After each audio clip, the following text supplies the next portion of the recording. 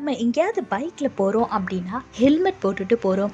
Helmet போட்டுட்டு போனால் கீழே விழுந்தாலும் மண்டையில் அடிப்படாது, நம்மளுக்கு எந்த ஒரு ஆபத்தும் இல்லாமல் தப்பிச்சிக்கலான்னு. இதே மாதிரி தான் போட்டில் போகும்போது லைஃப் ஜாக்கெட் போட்டுட்டு போகிறோம். இதே மாதிரி காரில் போகும்போது சேஃப்டி பெல்ட்டு போட்டுட்டு போகிறோம். இதே மாதிரி நம்மளோட வாழ்க்கையில் இந்த மாதிரி மரணத்தை ஏற்படுத்துகிற காரியங்கள்லேருந்து நீங்கள் தப்பிக்கணும்னா நீங்கள் ஈசப்பாவை பற்றி கொண்டால் போதும். அவர் உங்களை எல்லா விதமான மரணத்துக்கு எதுவான கட்டுகள்லேருந்து உங்களை பாதுகாத்து கொள்வார். வேதத்தை பாருங்கள், 2 கொரிந்தியர் 1:10 போட்டிருக்கு, மரணத்தினின்று அவர் எங்களை தப்புவித்தார், இப்பொழுதும் தப்புவிக்கிறார், இன்னும் தப்புவிப்பார் என்று அவரை நம்பியிருக்கிறோம்னு.